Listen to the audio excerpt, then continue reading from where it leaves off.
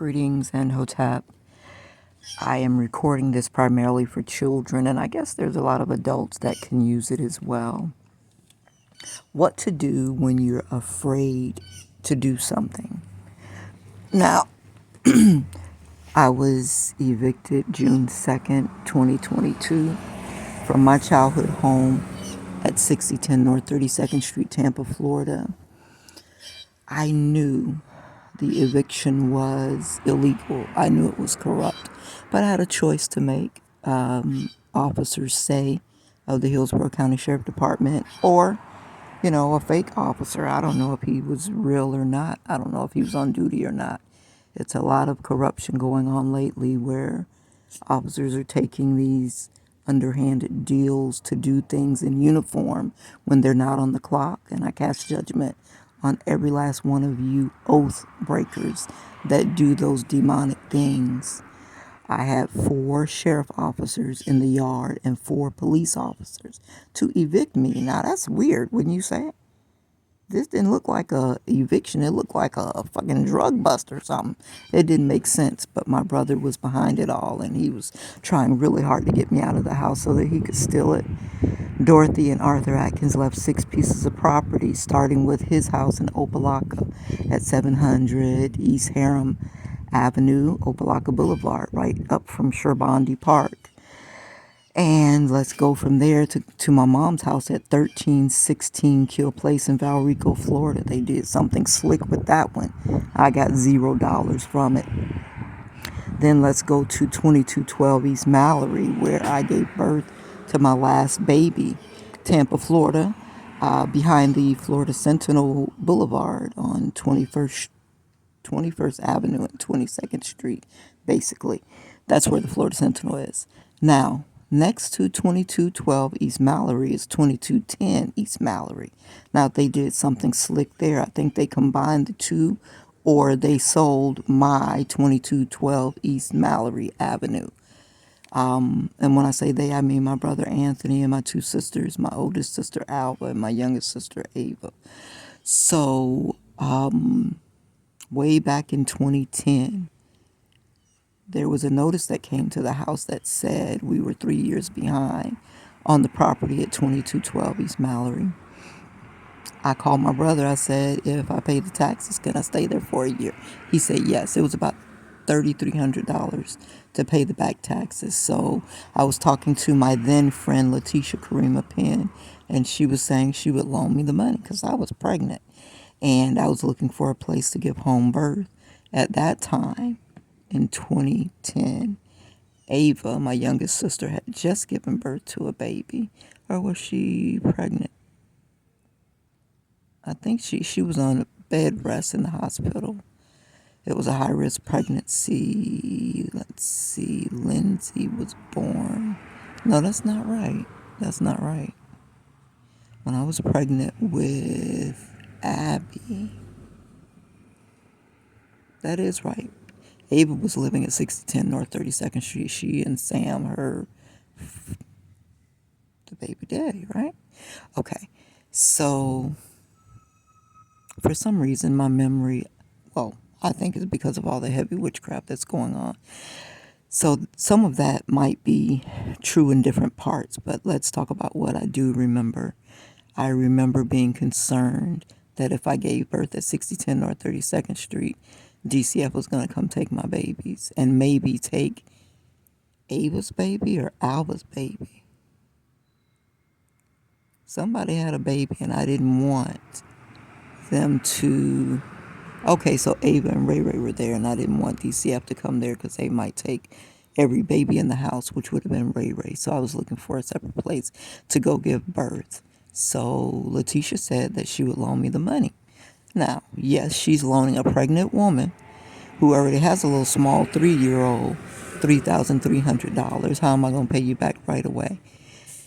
But she was my friend. She was sleeping on the couch at my house, eating 2-3 meals at my house, sharing her sorrows and woes about not getting married to me, and I'm comforting her. We're friends. I'm thinking that's what we are. So she loans her friends $3,300. She went with me to wherever we had to go pay that money. She had a big paper sack, like a Publix grocery bag, and she counted out. I meant down to dollars and quarters, 3,000, almost $300, and we did that about at 4 o'clock. We saved the property. I was so grateful to her. So I told her I was going to rent out the rooms and pay her money back through, the monthly rent. Now, this is where things went wrong. I put the rooms on Craigslist. Only Caribbean black men called wanting to rent the rooms. And that's when I realized, oh shit, I'm going to stay with these men in this house. I didn't have anybody to really help me think through things, because it's like, you move out and rent all the rooms to the men and let her collect it until she get her $3,000. I didn't even have that thought in my mind. I was trying to stay there at that house. I was afraid because the door was barely holding on. And at the time, Jean's Bar brought really crazy people into the neighborhood. And so I went to the baby daddy's house and talked to his mom, who I thought she was my friend. She was never my friend. I knew her before her and I started dating her son. I used to buy isotonic grape, what was that? Some kind of grape concoction. It had grape seeds, and it was 1,000 times more vitamin C than oranges. I mean, it was a powerful product. It was grape flavor. It was grapes, and you just put it in the water. It would fizz up. It really helped my health. I need some right now. Well, once I got pregnant from her son, she began to be a witch to me. So maybe she was a witch from the beginning. I said, please tell him to come and stay with me, because I'm afraid to live there by myself. This lady came over to my house, broke in, and went inside. At the time, I was trying to use tarot cards to learn how to make better decisions. So the box with the book and the cards were on the table. And she went back and told him a whole bunch of lies. But he's a grown-ass man with a mind of his own. So I'm not blaming her. It's really him. And it took a little while to come to that conclusion that he was the real problem, not his mama. Yes, she was influencing him negatively, but he was over 18 years old. And for good decision measures as a male, he was over 35 years old. So he had the power to make good decisions between him and God. So it was something obviously he wanted to do. So he rejected the offer to come be with me, his newborn baby, and my 3-year-old. So let me tell you what happened. I go get my water bill started. I got my light bill. My first water bill is $50. My second water bill is $50, $60. And all of a sudden, the bill is almost at $600. I don't know whether it was him under the instruction of my brother, or my brother sent somebody over there to loosen up the valve so that the water would drop on the ground a lot. My next bill was like $600, and I was like struggling to pay it, and then they turned it off. So I asked him, the baby daddy, who is a plumber and at that time was working at the VA hospital, to come and fix the repair for me. And that way the water company would give me a break and my bills would go back down to being normal, $50, $60. He wouldn't come fix the little leak. See, I should have known then. I should have been hostile and cut him off then. But I learned from my mom, who endured abuse. My daddy would beat her. He would, knock her nose out of place, blacken her eyes, and she just kept going back, back, back. That's what I learned. So I still had a little bit of that foolishness in me. So I have been dealing with this man up until January of what that was 2020, after we were evicted, before we were evicted, I guess, in 2022, when I went to his house where he, if he's not going through the addiction thing, he's living with his mama over on 42nd Street by that Fat Albert daycare center, 42nd and Hannah in Tampa. She said, if you come here again, he got a warrant for his arrest for child support. And if you come here again, I'm going to call the police. Well, call the police for what? I mean, I only come by here when I absolutely need money. And then with you guys, y'all ain't even got the decency to put a couple $100 in an envelope and wait for me to come. It's, oh, well, come back again and come back again. And then I got to wait for you to go to the teller and all of that foolishness. But I take responsibility for that because you have to be responsible for who you slip and fall under, AKA who you have a baby with. So because I chose bad, I'm catching hell. It's my fault. That's the way I look at it. So since it's my fault, I can go to God and say, listen, God, I effed up again. I effed up again. Please forgive me. Please give me grace and mercy. And please help me get back on path. Help me fill in the blanks for the sake of the children, if nothing else. And God always does. A couple of times before that, he told me, I'm sad every time you come here because you always come here for money. I said, you really? Well, I'm going to, do the best I can to not come here at all. Because if you don't want to pay to take care of your child, I don't want to have to come ask you. But it was times when I was so pressed that I needed whatever amount of money for whatever thing. Never for, something trivial or frivolous, always for something foundational, car insurance, so I could keep going to work, the phone bill, the light bill, something like that. I had asked him one time when my car insurance was getting ready to lapse. This had to be after Lawrence died. And I said, do you have a credit card? He didn't have the money. I said, do you have a credit card? Can you put it on your credit card? He said, oh, that's something I would do for my wife. So maybe Abraham Vada Jones is the person who put me in a fraudulent marriage. You did that, Abraham? Me recalling that because I've been going around and around and around and around trying to figure out who cased me up in a fraudulent marriage with them. I've never been married. Wow. I can see you and your... I want to stop talking negatively about your mama because it really gets me angered just thinking about the things she said to me and how she treated me in front of my children. And I want to cure that hurt and get it out of my life so I can live better. I can live better because God owns everything and I ain't got to have no money from you to take care of your daughter well. I don't. You got disability and you didn't even make sure your daughter got a disability check. Y'all probably getting it over there. But see, my flesh is trying to rise up again and go, into all of that little whiny stuff. Bump that. I am a billionaire. I attract $1 billion opportunities. I am a master manifester. So let me get up out the past because that's what the past does. It'll bring you back down in the crab pot. You out the pot, standing on the rim. And if you review the past, you jump right back down to the bottom of the pot and with them crabs. Now you got to crawl on top of the other crabs to try to get yourself out of the pot, and they pulling you back down. So children, stay out of the past. Let the past be the past as much as possible. Heal from the past. Ask for forgiveness. Give forgiveness.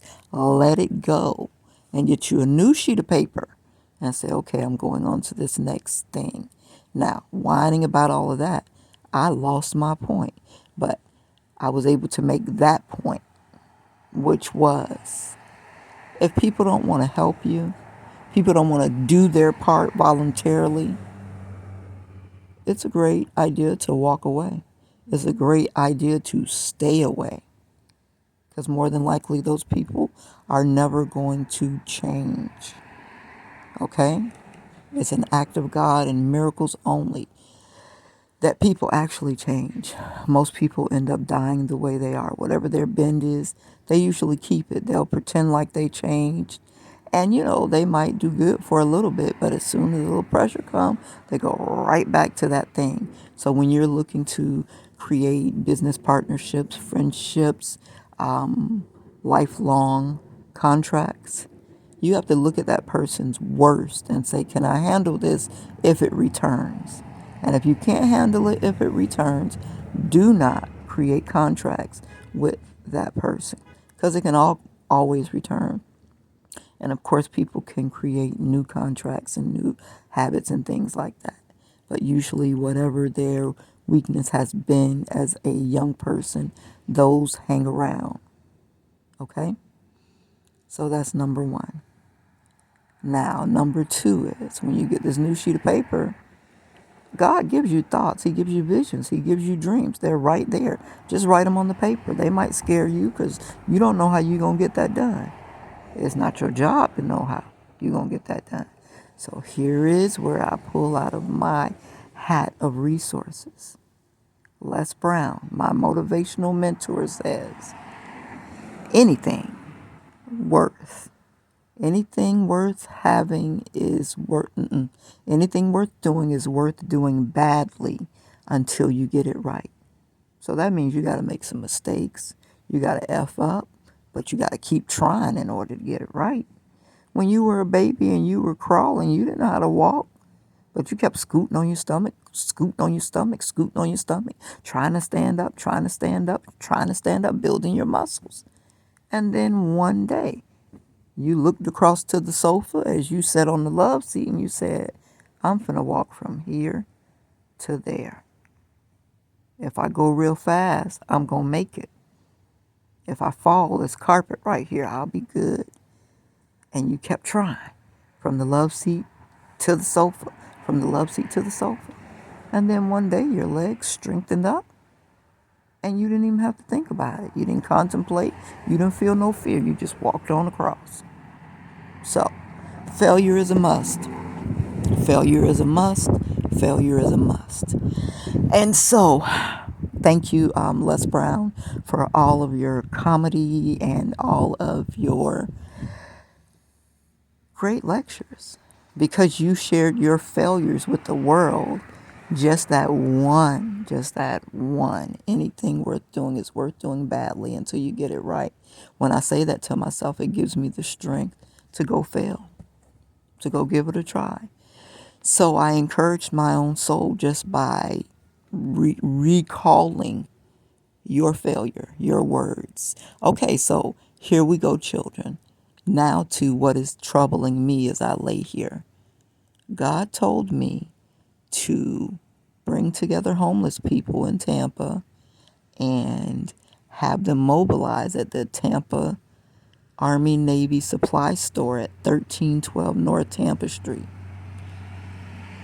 The old Navy supply store across from that big brown building that we used to go visit the food stamp worker in back in the 90s probably. Now I keep being afraid that the police are going to arrest me. And it's like, bitch, you scared of Tampa Police Department over God? You stupid. That's probably why you ain't got your money yet, because you're hard-headed as hell. When God gives you an assignment, he gave you victory already, and he has already put in the bumpers to keep you from danger. All he wants to do is to see that you trust him and you walk it out. So now God gave me this assignment quite some time ago. The assignment he gave to me before that was to create a homeless person's car lot at Lake Otto on East Hillsboro. Open it up and tell people to start coming there to sleep there, and then we'll pool our money and pay for, the police to put one of those cameras like they have in the Walmart parking lot where there's somebody watching in that parking lot to make sure things are okay.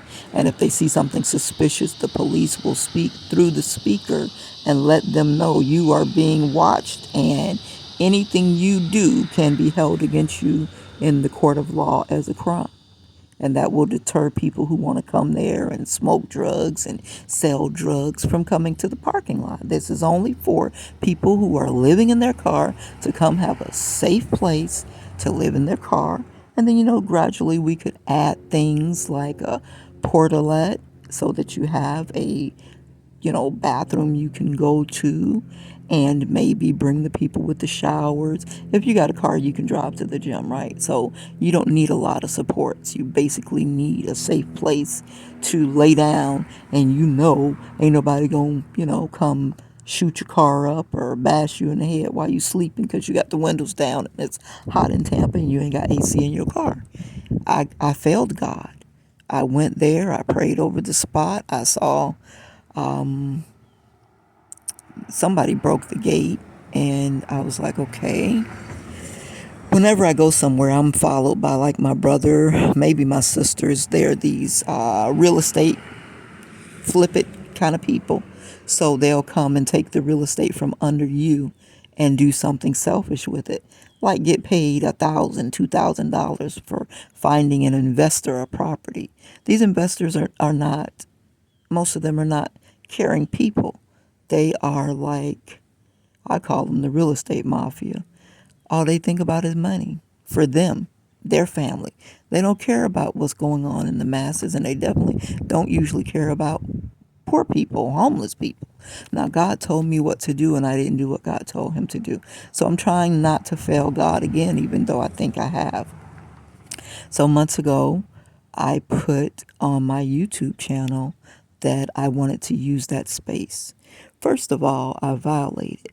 Don't tell people what you got planned, because that gives the witches, the naysayers, the negative siblings and cousins that hate you and been hating you your whole life, that you thought loved you, and they been hating you. Gives them time to go and pray against what you're working on. And this witchcraft works. It can really create a blockage. And I believe that's what's going on in my mental. I'm like, Lord, well, what to do next? What to do next? I contacted the guy, asked him to use the property, and I made the flyers, but I haven't passed them out. What to do next?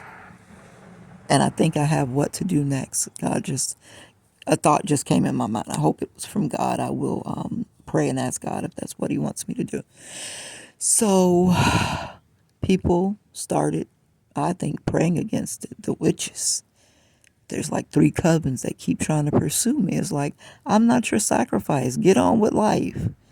Don't you have some, I don't want to say that because I'm not your sacrifice. Okay? That's what I do want to say. I would encourage you to go tell the devil and say, yeah, I effed up. I'm on the wrong team. So I'm going to get with the right team. And if it costs me my life, at least I get to live in paradise. But I made a mistake. So you and me, our contract is null and void. Or go to God and say, hey, God, I am so sorry. I thought the grass was greener over there. I went over there and made a deal. I need out of that deal. God, can you get me out of that deal? And you'll be amazed by what God will do. Y'all all be traveling to go, do the rituals y'all do in the woods, or to go click up with another coven and the whole van flip over. Everybody die in the van but you. For God to release you from a demonic covenant that you done made out of stupidity, anger, hurt, a desire to be great, whatever it is. God owns everything. The Word of God says he has the king's heart in his hands, and he can turn it whatever way he wants to. So that's the scripture that I use when I start feeling scared, like, well, I can't tell them, because if I tell them, then they're going to do this and they're going to do that. So earlier, today is Friday, so earlier this week, I went to the building to stand there and pray. After I said I wanted to use the building, somebody came and threw bricks and broke the glass in like the 3rd part of the building. They broke 2 of the 3 panes that were up there.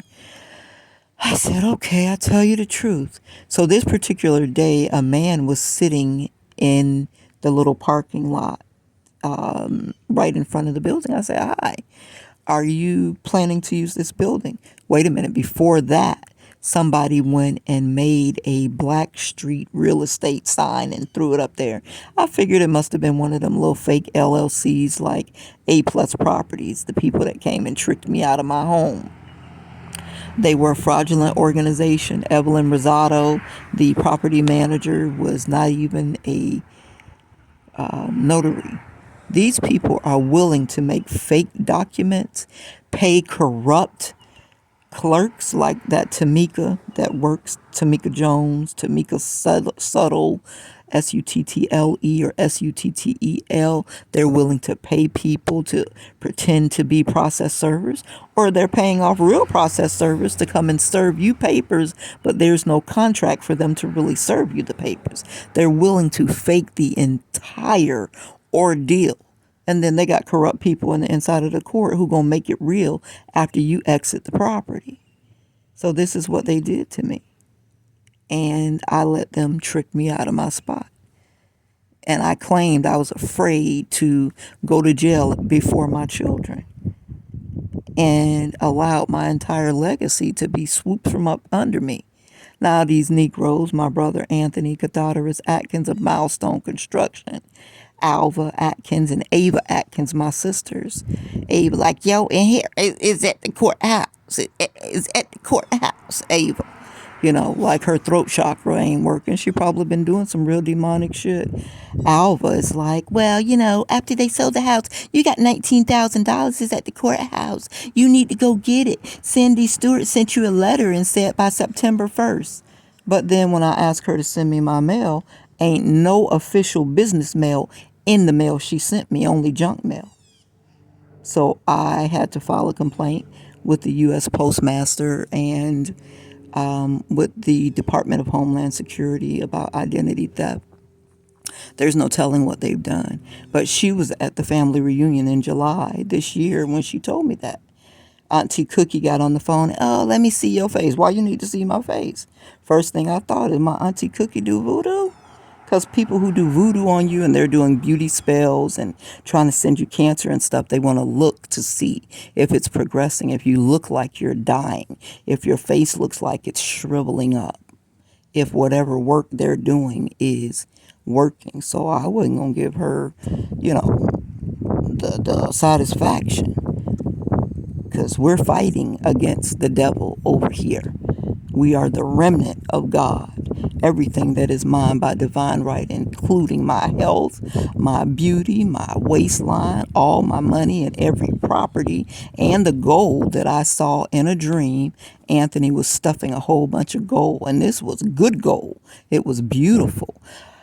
Under like the floorboard. Like it was almost like it was a little compartment in the wooden floor. He was putting it in there, and then he put the rug over it. They feel like they can steal everything that's mine, and it's okay because I am not hungry for money. Even though I'm not hungry for money, I am a billionaire. I attract billion-dollar opportunities. I am a master manifester. My children and I I'm talking very fast. Maybe I'm getting in my ego self. So God, please help me to calm myself down and stay on course of what you wanted me to do. My flesh is always trying to rise up and be egotistical and arrogant. One of my weaknesses. So my children and I would like to enjoy beautiful things and beautiful places and know what it feels like to have money and not have to worry about the price of things and go to the store when there's sales and that. Right now I am fanning myself with some kind of political sign because it's hot in here. Thank you to the Smith family who said I was always welcomed at their house, and we're here now. We've been here for about a year since they evicted us from Dr. Twiggs's building at 3304 East Hillsborough Avenue, July 26th of 2023. They evicted us, and for 2 days we slept outside. The first night we slept over at the pawn shop across the street, Money Broker Pawn Shop on 34th and Hillsborough, because he's got lights out there. And then that next day we asked him if we could sleep there, and he said Basically, no. So we went across back to KFC's parking lot because, I was walking my belongings, those that I could gather, up to the storage unit and put it in there. And they done took the storage unit too. Somebody done took the storage unit. She won't even call me back, but I'm going to cast judgment on Deanne up there at Michael and Kenise Storage because she knew what I was going through, and she and Bart had the power to work with me, but they probably took payment from one of them exes or a family member. My money still, but they ain't gonna give me my money. So I can pay my little $108 every month storage unit because they trying to break me down. The narcs, they break you down in phases. First they get rid of your, well, I can't go through that because I'll never finish what I'm doing over here. So I want to thank you to the angel that was sent. I'm assuming he was an angel. I don't think he was a part of it. He saw me struggling and he handed me $100 bill and a $50 bill. I took that to the storage unit and got a storage unit because I didn't know what I was going to do other than toss everything out on the lawn and pray and ask God what the next step was. Because the evictions are meant to break you down too. They want you to, please, please, I'll suck your dick every week. Please let me stay. Let me stay. I'll, basically, in a way, sell your soul in some form so that you can have shelter.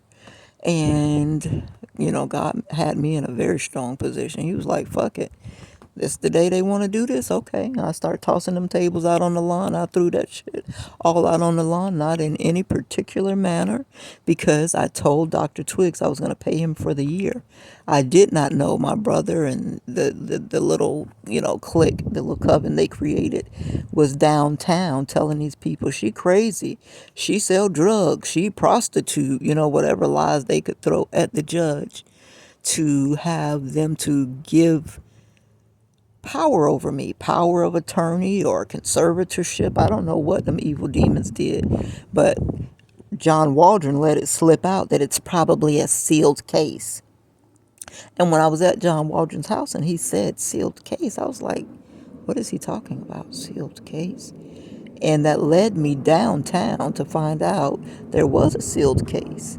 And I didn't know anything about it. Ain't nobody gave me no mail, no court dates, no nothing. So they intentionally were tearing down my life, stealing my mail, still stealing my mail. I'm still waiting on the letters from Alva Atkins. And Anthony probably told her not to give them to me. He probably even took them because, at this point he ain't got nothing to lose because everything is lost. Technically, everything is lost for him. He got to start over if he's willing. And then the devil might be coming to get the bruh. I'm talking about my blood brother, firstborn, only boy, and the oldest, Anthony Catharterus Atkins. He just refuses to relent. But I remember in the Bible when God said he hardened Pharaoh's heart. So maybe that's what my brother is. God has hardened his heart so he can be exited up out of here. So I don't know. So we went to the storage unit, got the storage unit, walked stuff down day and night, 3 o'clock in the morning. And I eventually got the children and the dogs situated away from there. And that was the day the police came. And he's like, you can't be on the lot for 365 days. When they evict me, they give me this trespassing thing that says you cannot come back on this property for 365 days. I'm like, okay. And so that was Sergeant Stein, because there was an accident on Hillsborough. That had to be, they evicted us on a Wednesday. We left and relocated on a Friday. So I don't know if that was the next day or if that was a week or two later, because it took me in total about 3 weeks to get everything cleared away off the property.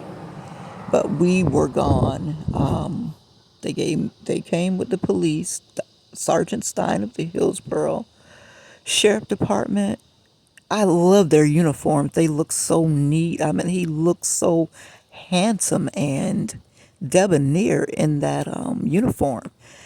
And, Tampa police, they have on that black, it just, or blue, it just don't look the same, it don't pop off the same. But they had a Caucasian guy. He looked like those mean officers that I met in Boston, Massachusetts. Red, like,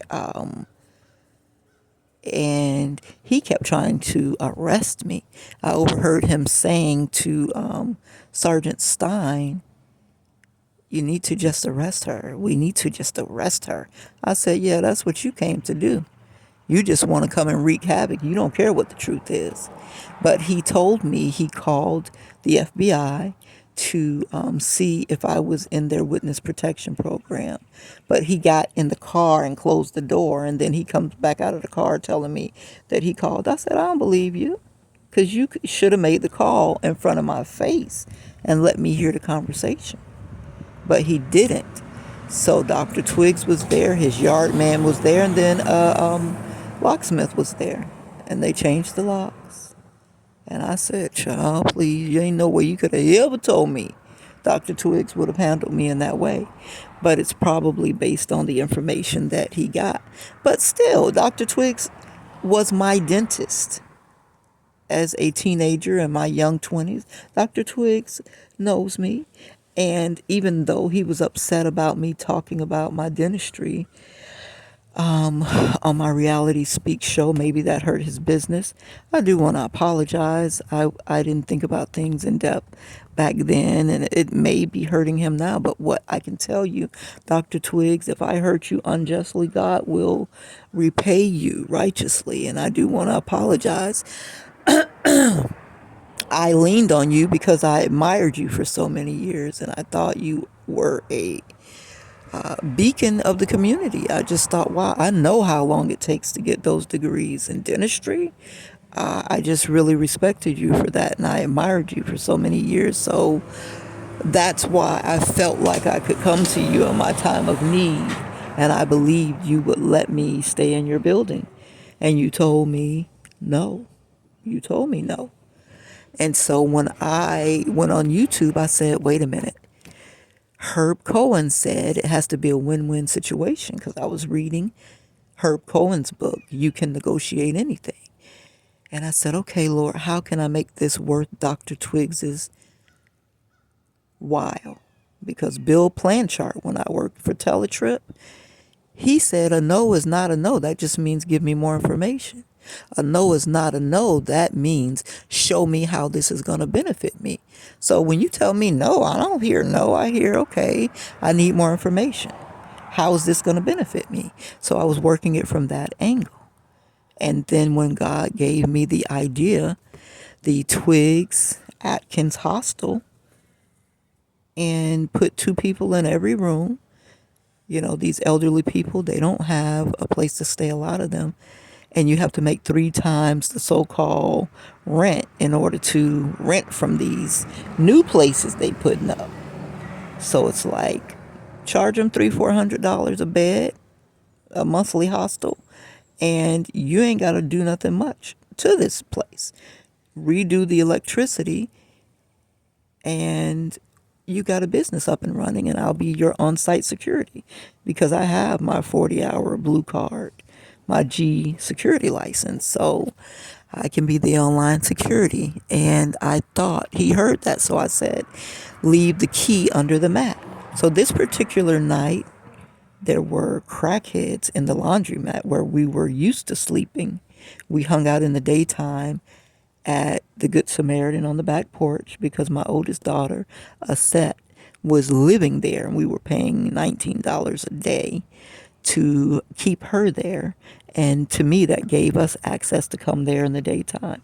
So Miss Pat put up with that for about 3 months or something. We were evicted June 2nd, 2022, and it was the summer when they told us we couldn't stay on the back porch anymore. John Watson's son told us we couldn't come there anymore. So school hadn't started back yet, so that was in July, late July. We started sleeping in the laundromat, so we were doing that for a couple of months. And this particular night, it was some crazy looking people in there. And I was like, no, I ain't taking my girls in there. So I said to the girls, let me go and check and see. Oh, and at that time, after the storm, Dennis Brown had gotten moved into 1555 Main Street. Is that the name of the Encore building over there? When they redid the projects on Main and Rome, he was letting us stay there a little bit. But you know, them kind of places, they treat you like a hateful stepmama. You can only have guests for 14 days. So during the storm, they let us stay there for a little bit. And here and there, he could, you know, sneak us in and let us stay. But when you living under somebody else's rule, you ain't got no power and control. So he couldn't really help us because the Spanish people got that thing on lock, and they are kind of hostile. Not all of them, but a whole bunch of them that got a little power. They are hostile towards black women and black men too. So it's like when you go up the stairs, they looking at you funny and everything. We stayed there intermittently, and you know, thank you, Dennis, for that little break. But I knew I had to find a stable place that I controlled, and I grew up in a house. So that's the way I want to live. I want to have my own yard. In the front yard, I can put my barbecue pit. Whether you like it or not, I can barbecue in my front yard. I can have a garden in my backyard. I can have a chicken or two so I can get up and get me some fresh eggs if I want to. I can have a dog if I want to. And those apartments seems like, you know, real cute concentration camps. If you're used to concentration camp living, then, you know, you like it. But they're like, oh, get you Section 8. You can get one of them new apartments. That look like a jail cell to me, bitch. I don't want to live there.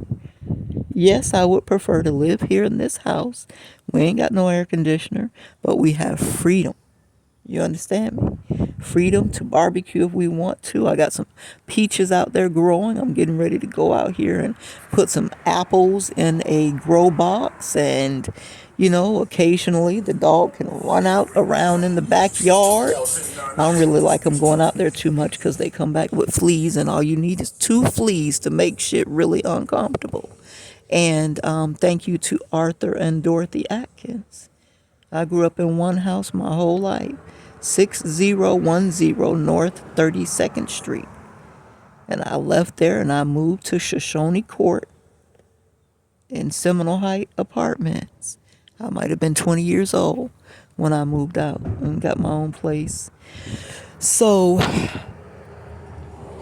I know I'm jumping around, but I want to really get this across to you children. You got to be willing to make mistakes. You got to be willing to laugh at yourself, not take life too seriously. You got to be willing to turn your back on people who don't agree with what you're doing. You didn't come here for people. God sent you here to do an assignment. So you got to keep your eye on the assignment that God sent you here to do. And don't fail God, because when you do, you have to go back down to the bottom of the karmic wheel and suffer. So I was supposed to be getting a check and some paperwork, and I'm like, why didn't I get it? And I believe it's because I didn't do what God told me about this homeless program and the Army-Navy supply store. So back to when I was at the Army-Navy supply store, a Spanish man was sitting in a little small bus, like the buses that they travel people to their appointments to. So it said FR Blue 1 or something. And I said, well, are you all using the building? And he said, yes. I said, for what? What are you using it for? I laughed at him and went and wrote down the license plate off the back of the bus. And he drove off real quick. I said, okay, he's probably one of them little corrupt organizations. You know, they create this fake LLC and they steal people's property. They got the boldness to move in and do it, and they're paying for illegal protection from the police. They pay for illegal protection from the corrupt clerks in the clerk's office. And so they have a whole organization of corrupt criminals that do this. And here I am standing by myself trying to, you know, encourage people to come to this building. And I'm like, well, what if I encourage people to come down here and they get arrested? And God said, I told you to do what I told you to do. Now do it. I didn't do it. So I said, God, did I lose my opportunity to do it? And I think I heard yes. So I'm laying here sulking, but I'm still trying to revamp the program. And maybe that's the problem. Instead of letting it go and allowing God to send me a new assignment and vowing to do right by this next assignment, I'm still trying to do the old assignment. So I'm talking to you children because the only way things are going to get done is if you do them. And civil disobedience is sometimes necessary, which means you might have to do something that the law says is illegal. But in my opinion, it's illegal for them to tell people you can't sleep on the ground and you're homeless. They know what you go through. They know that rent has tripled. They know that jobs have lessened since y'all demanded that you be paid $16 an hour. You want $16 an hour, you're undereducated, you have no customer service skills, you have no etiquette, you come to work with dirty clothes on, unironed, unbrushed teeth, uncombed hair, and then you feel like you're worth $16 an hour. So these people are like, we got to pay for this? And yes, because y'all let it, y'all fought real hard for it. Nothing from nothing is worse than nothing. So yes, they're letting in these immigrants from other countries because they know they ain't got no workforce. Y'all don't want to work. Y'all the new fraud workers of America. Y'all trying to get somebody credit card information and take $10,000 from them and live for 3 more months and then figure out who you going to rob next or who you going to murder. Put an insurance policy on and murder them. That's y'all thought process. You little Gen Zers, not all of y'all, but a whole bunch of y'all. See, I live in a black community. I live around poor people, so this is what I am being subjugated to. You understand? They got my whole identity stolen from me and then sending people to kill me.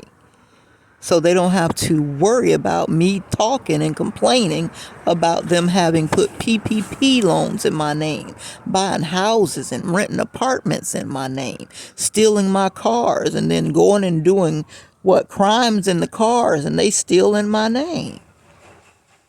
Getting credit cards in my name, running them up, and then ain't nobody gonna even give me my mail. Y'all won't even give me my mail? Won't give me my Cash App cards? Won't give me my work pay cards?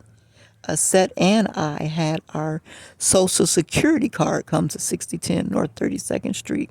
Anthony, I know you got them cards. You probably been having a good time too. But then you're going to steal somebody else's money and go buy you a 300 E-Class Mercedes?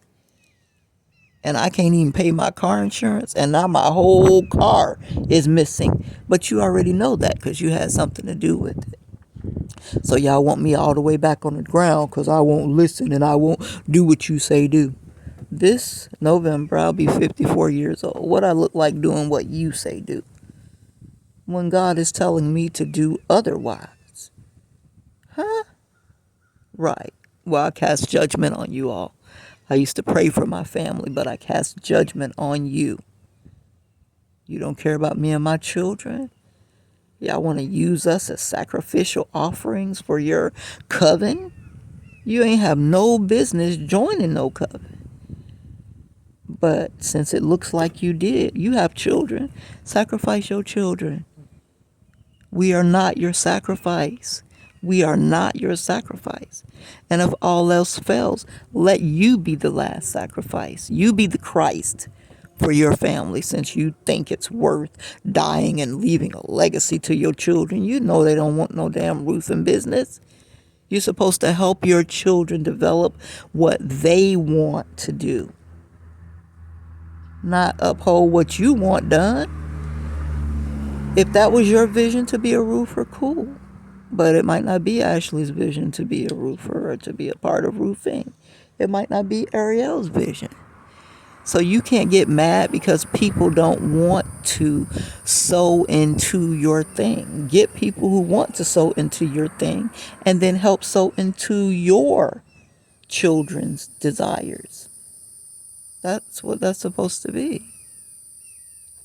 I'm going way off path, I think. So I need my mail. My food stamp card is mixed up in there somewhere.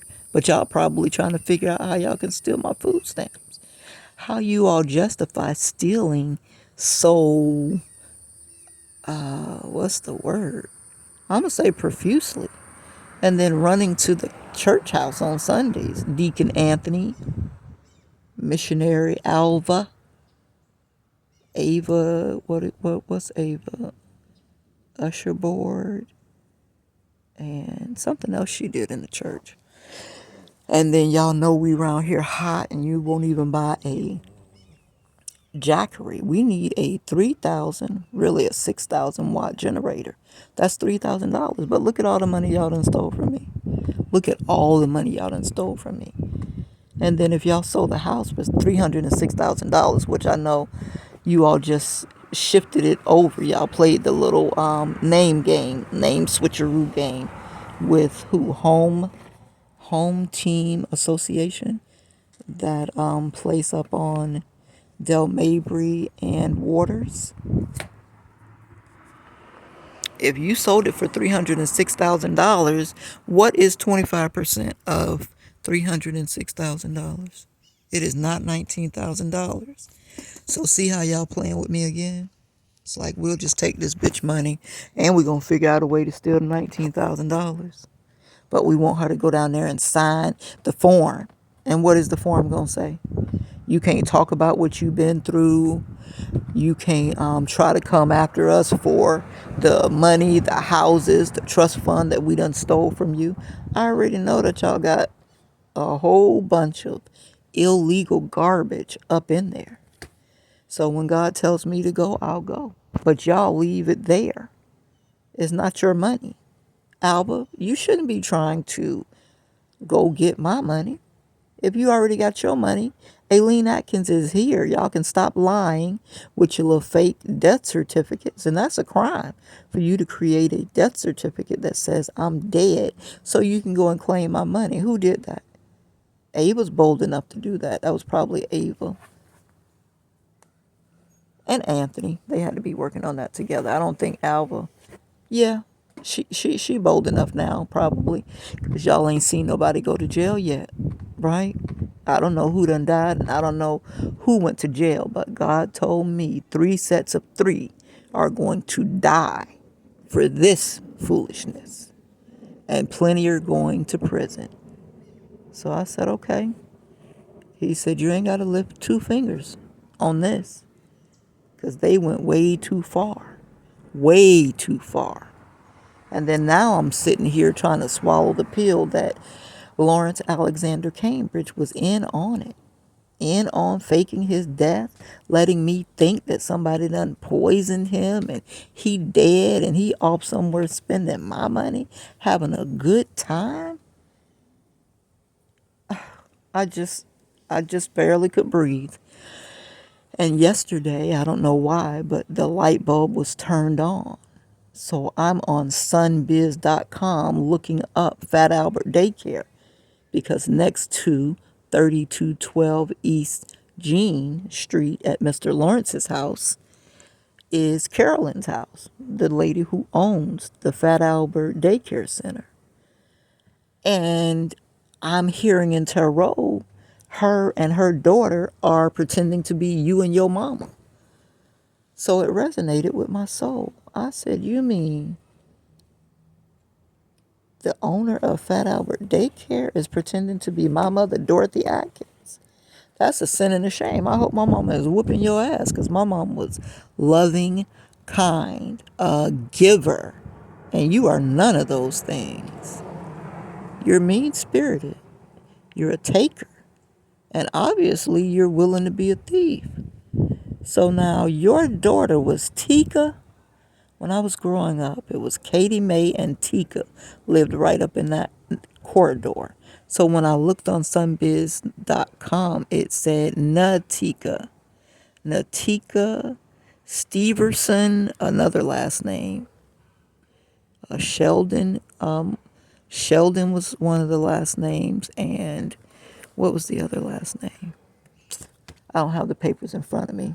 And when I posted it on my YouTube, it disappeared. So the hacker, I guess y'all paying him good money to keep y'all name out of things. But he doesn't know the other two ways that I am getting it onto the internet.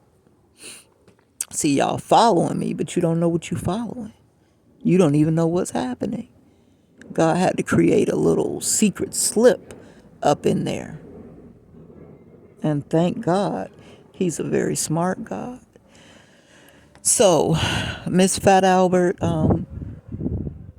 owner of the Fat Albert Daycare Center at 42nd Street in Hannah in Tampa, Florida, 336. Maybe that's 10. Is your daughter impersonating me? I met a girl in December, the first week of December in Brandon Mall, so she probably was following me then. She looks like Gucci Mane's wife. That plastic doll look with the big old breasts and the big old hips, huge, small waistline. She stopped me and she's like, oh, I forget what she said. I ended up giving her my phone number. So are you cloning my phone? Are you the person that is handling my phone calls, pretending to be me? I called the intellectual properties attorney to sue YouTube so I can get my money, and you all take the calls. I want y'all to know y'all gonna be in that federal pen for a little while, but you might fake your death. You probably stealing from other people too. You done put money overseas, and you're the one that's supposed to be getting face surgery to try to look like me. Well, girl, they got me looking a bit shriveled. You might not need to go get no surgery to look like me. Find out whatever kind of chemical it is that they are feeding me through the water, the church food, I don't know. And it'll dry your bones from the inside out.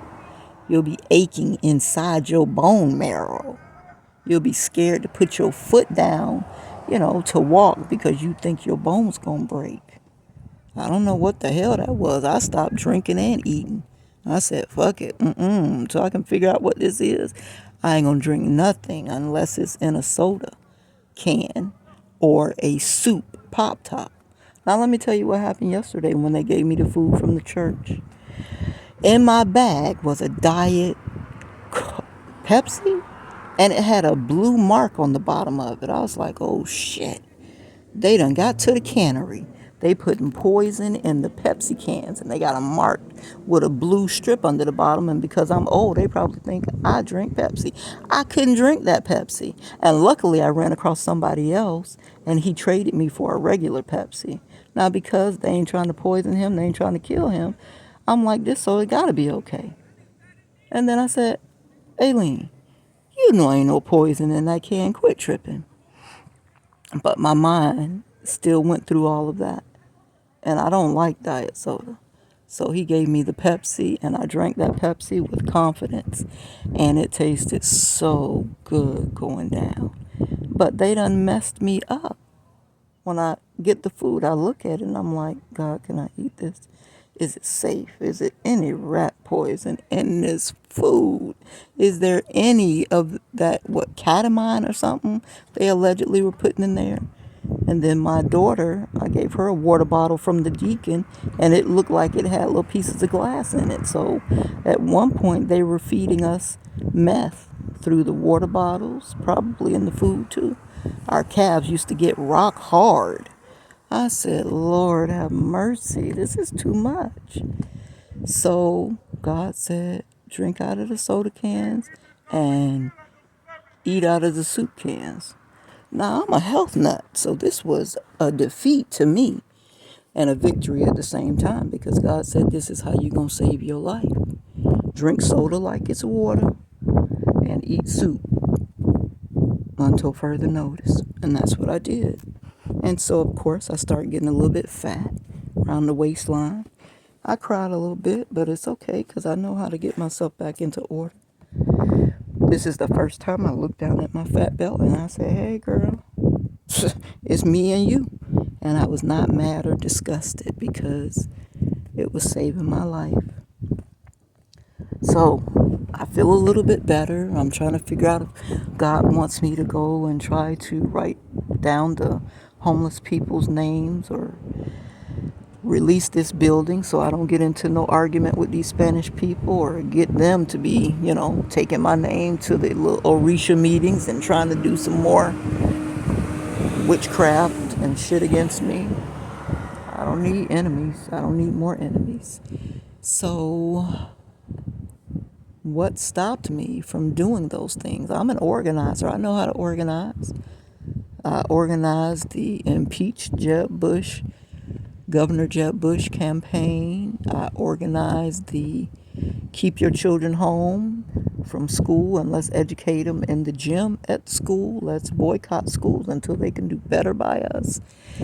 What other things did I organize? I organized a couple of other things. Putting cameras in your cars long before they had these dash cams and things. I showed you how to buy that little small TV with the VCR at the bottom and buy that 24-hour VCR tape from the Spy store. Put that camera, that infrared camera, towards the back of you because a lot of racial profiling was happening in Tampa with the police. And I started the racial profiling log. I hosted Reality Speaks, and we talked about what we were going through, and all of these things killed my life. Other than that, I was cute, intelligent, charismatic. I was a size 8. I was a crossover girl. I had beautiful hair. I had a problem with dandruff, and I had a great personality and a great heart. And after I started trying to stand up and be an activist, my life got tore down to the ground while everybody watched my life go down. My job got abolished from the University of South Florida. There goes my health care.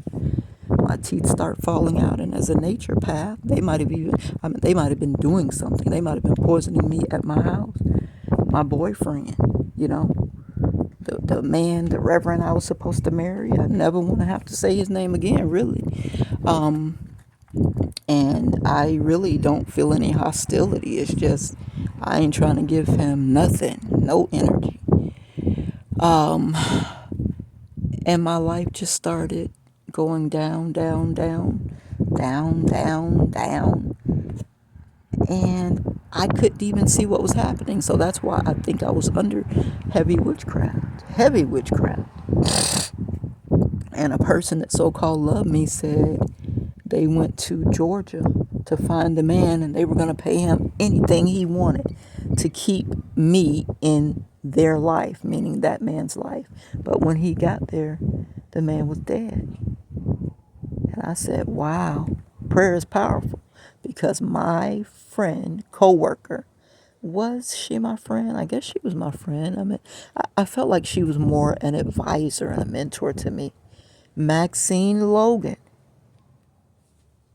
She was such a prayer warrior. She said, no, no, you can't tolerate that. You can't let someone treat you that way. She talked with such fervor.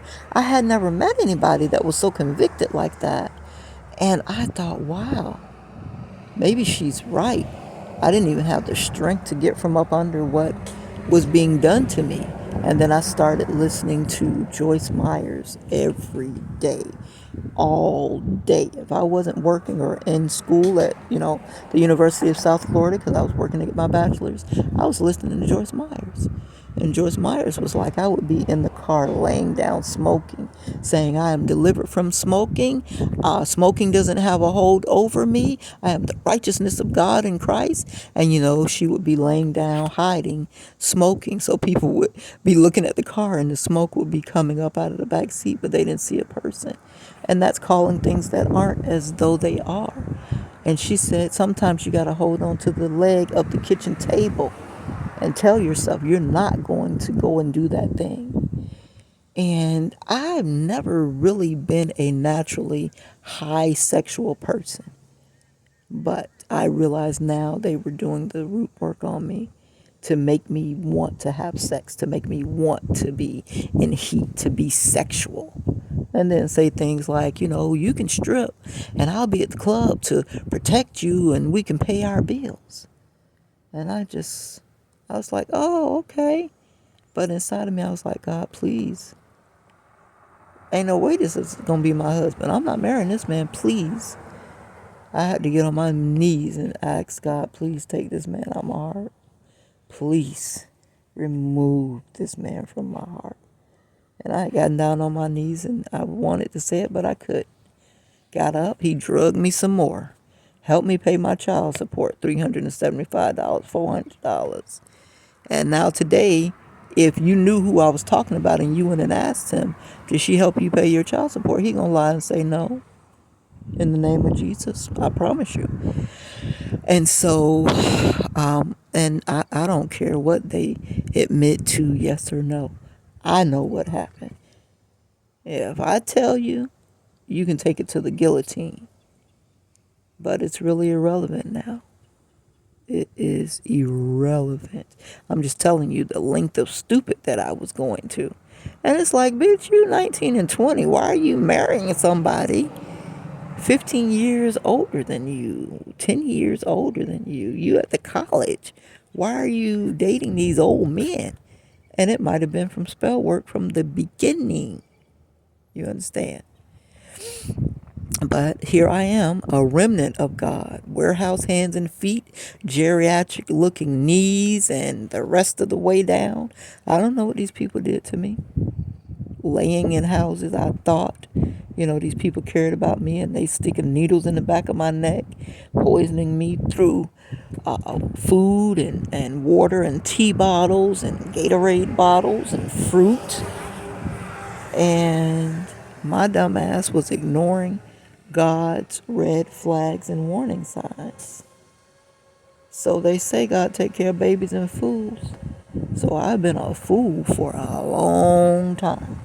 So now I'm trying to stand up square on my own 2 feet and look life in the face and say, yep, you almost had me, but I'm still here. I got one tooth at the top of my mouth and my little wobbly legs, my old fucked up knees. I look at my body and it just, oof, I'm just mad. Like, when I look at my legs and see what y'all did to my legs, my knees, when did y'all operate on me? And who gave you the power to go in my body? That takes a lot of audacity. And then I say, you know what? You got to think about it. When you meet a grown man at 30, 40, 50, and they still stuttering, there's a lot of hurt in that vessel. Because I truly believe if you heal yourself, that stuttering tongue will be released. And I'm looking at them thinking, I'm going to heal them. I'm going to heal them. And they looking at me saying, shit, it's my turn to sacrifice this year. I'm going to sacrifice this bitch. Give it about 2 years, that bitch going to be dead. And then I'm going to be a 33 degree instead of, a 14 degree or whatever. I don't know how that shit works. But I'm around these people I think love me, and they fucking trying to offer my blood, my whole life up as a sacrifice. And then I already started deciding who gonna get my kidney, who gonna get my lungs, who gonna get my heart, who gonna get my eyes. This is despicable. And I'm talking about black men. Men who, when I look out at them, I'm supposed to see them as the protector. And this is what they got planned for my life. So this is why I teach the children, your parents ain't shit. Nobody you know is worth a damn. It's you and your creator.